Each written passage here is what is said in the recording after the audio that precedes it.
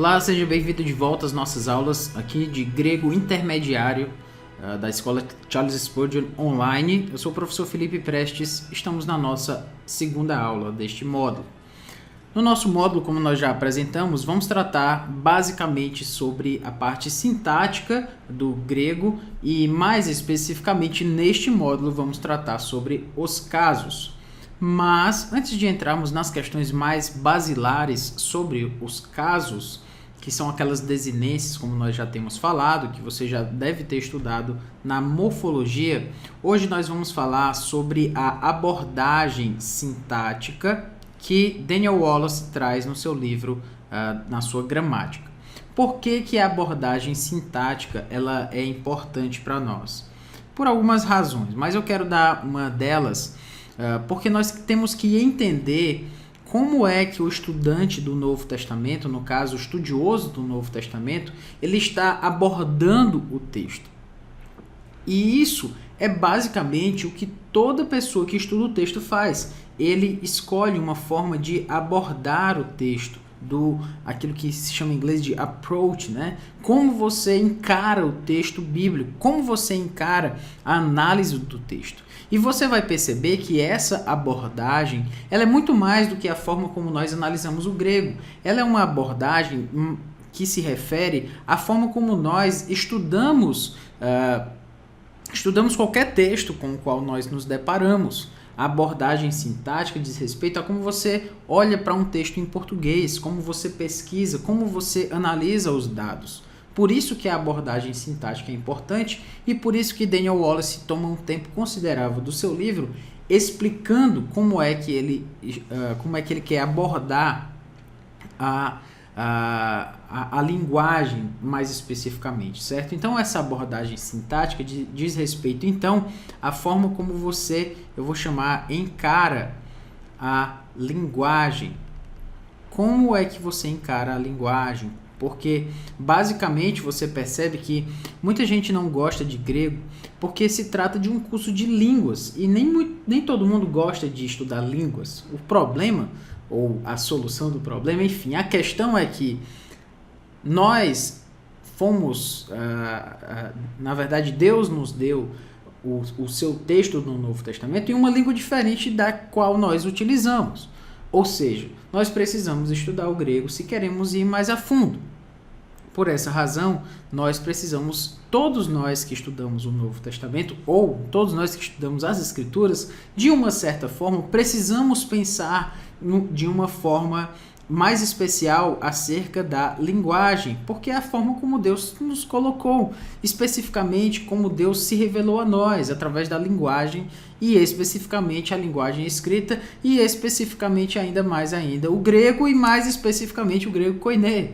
Então, de uma certa forma, todo estudante do Novo Testamento precisa conhecer, ou pelo menos entender um pouco sobre linguística. Eita, que nome complicado, né? Já começaram aí. Não, na verdade, a linguística são abordagens, na verdade, de como se analisa a língua. E esse esforço que nós estamos tendo aqui é um esforço linguístico, é um esforço de explicar de uma forma mais apurada, mais acurada também, aquilo que a língua nos traz e a língua do Novo Testamento. Então nós estamos com esse papo aqui um pouco mais acadêmico, mais linguístico, exatamente porque nós precisamos pensar como nós pensamos a linguagem. É essa a questão. Nós precisamos pensar como nós pensamos a linguagem. Nós precisamos pensar como nós entendemos a linguagem. Então, esse é um esforço também, né, epistemológico. Deixando claro aqui, né, mais um termo chatinho, né, epistemológico. Epistemológico tem a ver com conhecimento. Lembra de pistós, certo? Eu coloquei tomológico, né, é temológico. Epistemológico. Lembra de pistes, do grego, que significa fé. Epistemologia tem a ver com conhecimento, com a fé, de uma certa forma, né? A forma como nós abordamos aquilo que nós acreditamos. Então, o que é epistemológico, ou seja, é como conhecemos. O que é epistemologia é aquilo que é como, a forma como nós conhecemos. É um pensar sobre como nós conhecemos, como nós entendemos. Então, esse esforço, essa abordagem sintática, ela tem a ver com a forma como nós abordamos o texto bíblico. Talvez você nunca tenha parado para pensar nisso, mas você tem um método, você tem a sua própria abordagem. Talvez você nunca tenha parado para pensar sobre ela, que é o caso da maioria das pessoas. Mas todos nós, de uma certa forma, somos linguistas, né, nesse sentido. Porque nós pensamos sobre a língua de uma forma ou de outra. O nosso papel aqui, com a nossa aula especificamente agora, é como nós vamos entender melhor essa linguagem, como nós vamos abordar essa linguagem. E todos nós temos uma abordagem. O Daniel Wallace, na verdade, vai explicar qual é a sua abordagem para analisar o Novo Testamento, e esse é o propósito da nossa aula de hoje.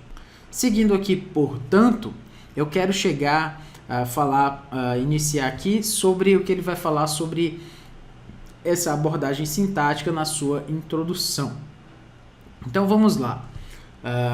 Alguns elementos são importantes, na verdade importantíssimos, basilares, para que nós analisemos a linguagem, para que nós analisemos uma linguagem e até melhor falando, né, a linguagem com a qual Deus se comunicou. Então, se foi a forma como Deus se revelou a nós, nós precisamos pensar sobre essa linguagem de uma forma bem especial. Eu lembro de um professor do seminário onde eu estudei, que sempre dizia o seguinte: se Deus tivesse se revelado a nós através de pinturas, através de quadros, através de imagens, nós estaríamos aqui no seminário, ele dizia, estudando pintura, estudando técnicas de arte, estudando como é que nós podemos chegar ao significado que o pintor quis trazer a partir das luzes, a partir das cores, a partir dos ângulos, enfim. Esse seria o nosso estudo no seminário, esse seria o nosso estudo teológico, seria um estudo semiótico, né, de como aquilo tudo foi trazido e tal, por conta dos quadros, enfim. Mas Deus se revelou a nós não através de quadros, Deus se revelou a nós através de texto. Então, se ele se revelou a nós através de texto, precisamos ter um pensamento mais específico e cuidadoso da forma como nós vamos analisar esse texto.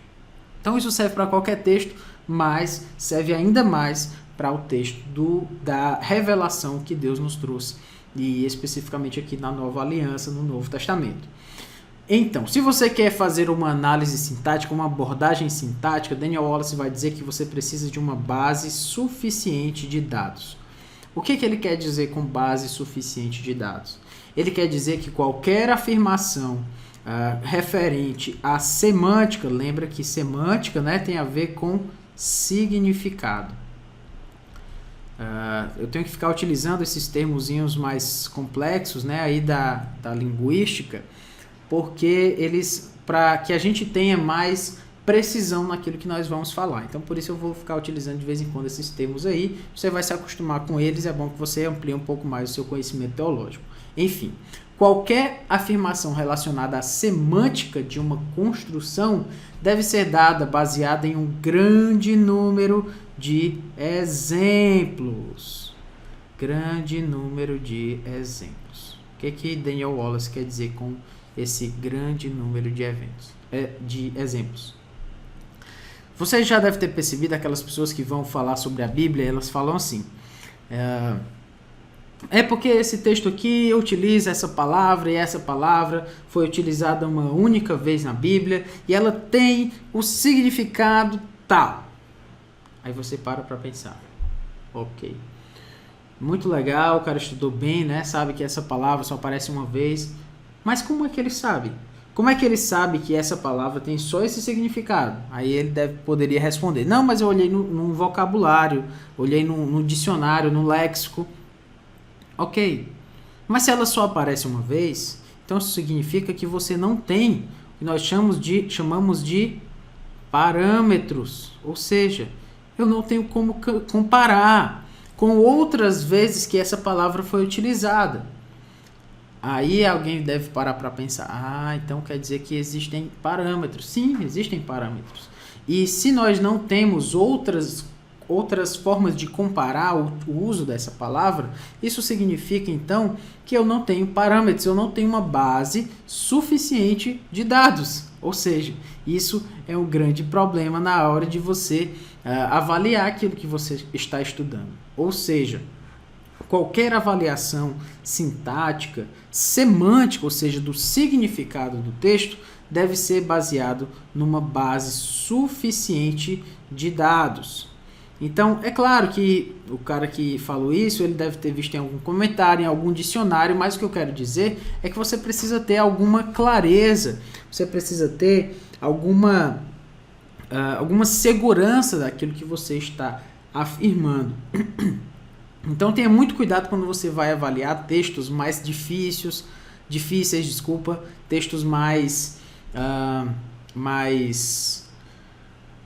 textos mais controversos. Textos mais controversos geralmente são dados como respostas sem uma base suficiente de dados, e isso vai dar problema, certo? Isso serve para qualquer abordagem, não só a abordagem linguística, mas a uma abordagem de uma honestidade intelectual. Às vezes, alguém vai fazer uma afirmação e você não tem base suficiente de dados para saber se aquela afirmação é verdadeira ou falsa. Mas só porque você já ouviu que fulano de tal disse que era errado, então você vai lá e diz que é errado também. Só que você precisa ter cuidado, porque nem sempre aquilo que fulano de tal disse é verdade. Você precisa ter uma base suficiente de dados. É isso que Daniel Wallace vai dizer.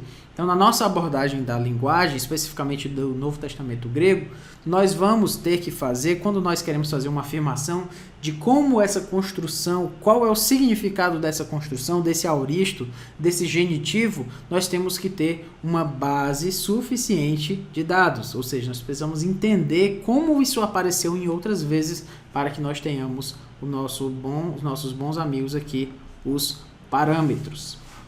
Muito bem.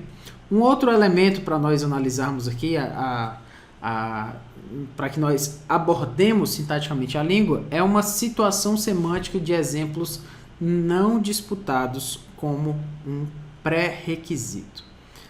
É interessante Daniel Wallace dizer isso. Por quê? Ele diz: qualquer julgamento à semântica das passagens, ao significado, lembra semântica e significado. Qualquer julgamento à semântica das passagens disputadas deve ser baseado em exemplos claros, que estão em paralelo no que é essencial à situação semântica da construção em vista. O que é que Daniel Wallace quer dizer com isso aqui? Primeiro, se nós queremos trabalhar com passagens disputadas, e passagens disputadas são aquelas disputadas, ou seja, fulano de tal diz uma coisa, fulano de tal diz outra. Esse grupo aqui diz uma coisa sobre essa passagem, esse outro grupo diz essa outra coisa. Paulo, Romanos 7, fala lá que ele é o maior pecador, né, o principal pecador, pior de todos os homens e tal e tal. Alguns vão dizer que Romanos 7 tem a ver com Paulo antes da conversão. Outros vão dizer que Paulo, ali, Romanos 7 está falando de Paulo depois da conversão. Porque ele vai lá dizer que o que ele quer, ele não faz, e o que ele não quer, ele faz. E alguns vão dizer, não, mas isso é coisa de descrente. E outros vão dizer, não, mas isso é uma luta, na verdade, que o cristão tem. E aí fica essa luta de Romanos 7 tal e tal. Romanos 7, então, é uma passagem disputada. É uma passagem em que há discordância sobre o seu significado. O que Daniel Wallace quer dizer é que se você quiser fazer uma afirmação mais contundente acerca de uma passagem disputada, por exemplo, Romanos 7, você tem que ter um conjunto de outras passagens que não são disputadas, ou seja, que são bem mais claras para afirmar aquilo que você quer dizer sobre uma passagem que é difícil. Em outras palavras, é aquela ideia da hermenêutica, né, que a escritura interpreta a escritura. Ou seja, as passagens mais claras, elas servem de ajuda e luz para a análise das passagens mais difíceis. Então, as passagens mais claras analisam as passagens mais difíceis. E isso serve para a exegese também. As passagens não disputadas devem servir também como parâmetro para as passagens disputadas. E isso vai nos ajudar a abordar a palavra de Deus E essa é uma abordagem sintática que nós precisamos seguir, e é o que Daniel Wallace vai mostrar no seu livro. Um outro elemento que nós precisamos lembrar também é sobre o significado afetado e o significado não afetado. O que é o significado afetado e o significado não afetado? Como seus nomes já estão dizendo, o significado afetado é aquele que se deixa diferenciar, mudar a partir do contexto. E o significado não afetado é o que não é mexido a partir do seu contexto. Deixando isso um pouco mais claro, não afetado, o significado da construção está em um vácuo, vácuo bem entre aspas mesmo, né? Porque não existe nada no vácuo e também não existe palavra dentro de um vácuo. Mas para efeito de entendimento aqui, vamos colocar essa palavrinha aí no vácuo mesmo, né? Separado de construções, de intrusões, é interessante essa palavra, né? Intrusões contextuais. A palavra garoto, do jeito que ela está aqui, nesse vácuo, não tem nenhuma outra palavra aqui com ela, nós, independente do que vem antes, do que vem depois dela, a palavra garoto, você sabe, ela é masculina. Se refere a alguém do gênero, do sexo masculino. Ponto. Não, mas depende do... Não depende do contexto. Essa palavra aqui, morfologicamente, ela tem esse significado. Então, esse significado aqui, masculino, ele é um significado não afetado. Certo? É isso que o Daniel Wallace quer dizer. O significado afetado é o significado das construções em seus exemplos de campo, ou seja, eu chamo de campo aí, entre aspas, porque é na prática, lá, com relação a outras palavras. Dependendo do contexto, essa palavra tem um significado que vai ser, então, afetado. Então, eu vou usar uma palavra aqui, né, que eu já vou dar esse exemplo umas outras vezes, mas você já vai se acostumando com ele. Eu viajo. Essa palavra aqui, viajo, nesse vácuo aqui que a gente vai colocá-la, é um verbo e ele está no presente. Então você diria, essa palavra está no presente, ela tem o significado de que vai se referir a algo no presente. Então viajo deve ser hoje, deve ser agora. Só que normalmente nós chegamos a dizer, se eu vou viajar amanhã, então eu digo, eu viajo amanhã. Opa, mas amanhã é futuro. Amanhã, vou até colocar em vermelho aqui, né? É futuro, meu amigo. Não é presente. Então, o contexto aqui, ele afetou o significado, a semântica da palavra viagem, do verbo viajar aí, conjugado no presente do indicativo. Ou seja, esse é um significado afetado. E esse é o ponto que nós queremos trazer aqui. Nós precisamos saber o que é significado afetado e o que é significado não afetado. Ou seja, aquilo que é essencial é aquilo que não é afetado. Então, vou chamar aqui de essencial, certo? É o que não é afetado. E o que é afetado é o que é contextual.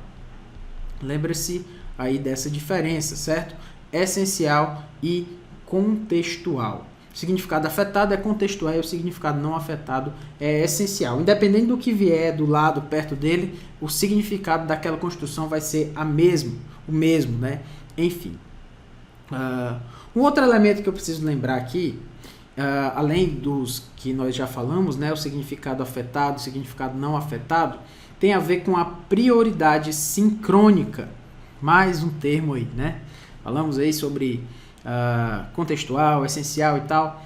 Vamos para essa palavra aí, sincronia. Interessante das palavras diferentes que nós temos aqui é que elas estão muitas vezes relacionadas ao grego. Então isso já deve lhe ajudar, né? Já estamos aprendendo grego a partir das palavras em português. Sincrônico. Você deve lembrar da palavra crônica. Tem a ver com a palavrinha em grego, chronos.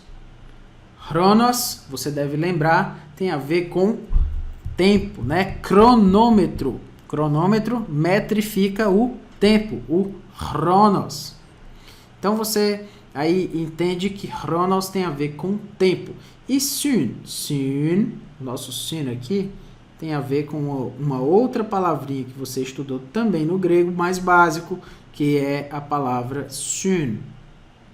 A palavra syn tem a ver com aquilo que é ao mesmo tempo. Então, sincronia é o ao mesmo tempo. Então, você lembra aí de sinagogue, sinagoga. Sinagogue tem a ver com aquelas pessoas que iam ao mesmo tempo para o mesmo lugar. Syn tem a ver com o mesmo. Então, sincronia tem a ver com o mesmo tempo. O que que isso tem a ver com o que nós vamos estudar aqui?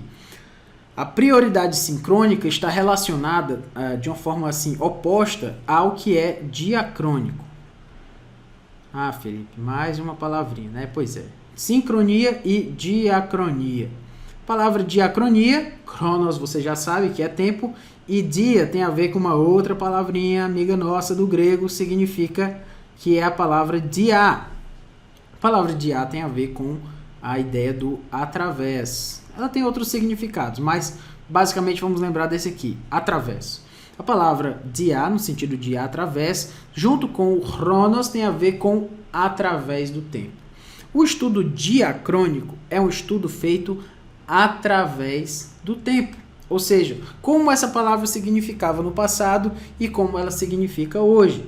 Por exemplo, isso que eu estou fazendo aqui, chronos, sino, explicando sincrônico, diacrônico, é uma análise diacrônica, ou seja, é uma análise através do tempo.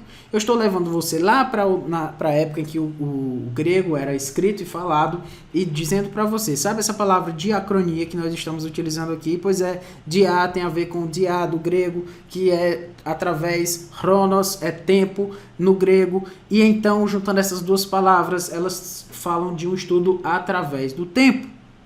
Esse é um estudo diacrônico, ou seja, através do tempo. Eu estou pegando uma palavra como ela era utilizada no passado para explicar como ela é utilizada hoje. Esse é um estudo diacrônico. Muito bem.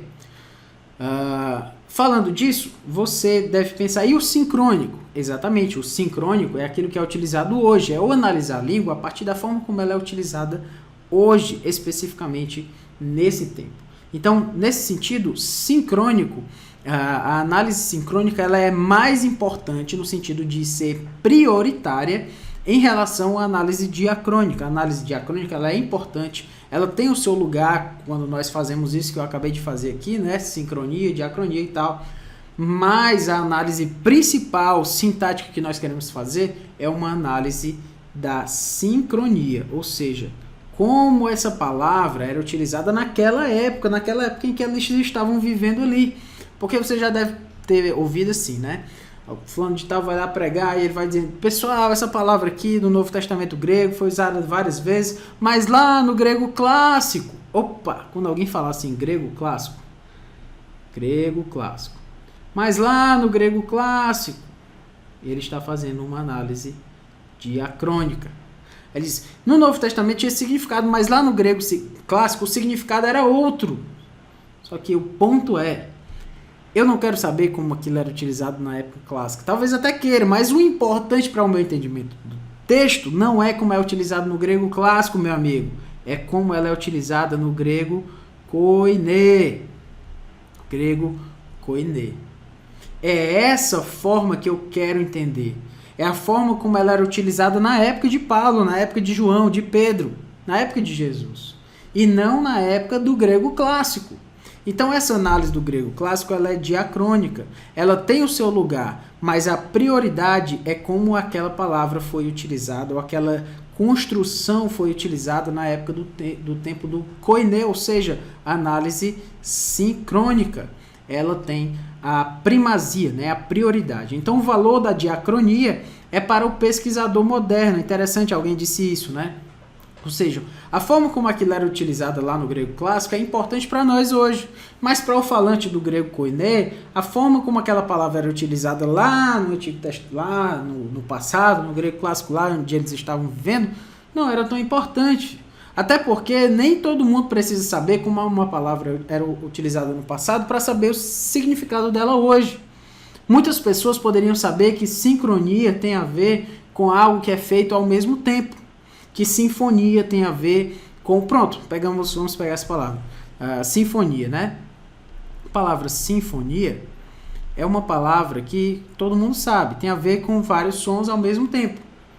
Mas nem todo mundo sabe que sinfonia vem da palavra syn, que nós já trabalhamos aqui, que significa ao mesmo tempo, e que fonia tem a ver com a palavra grega,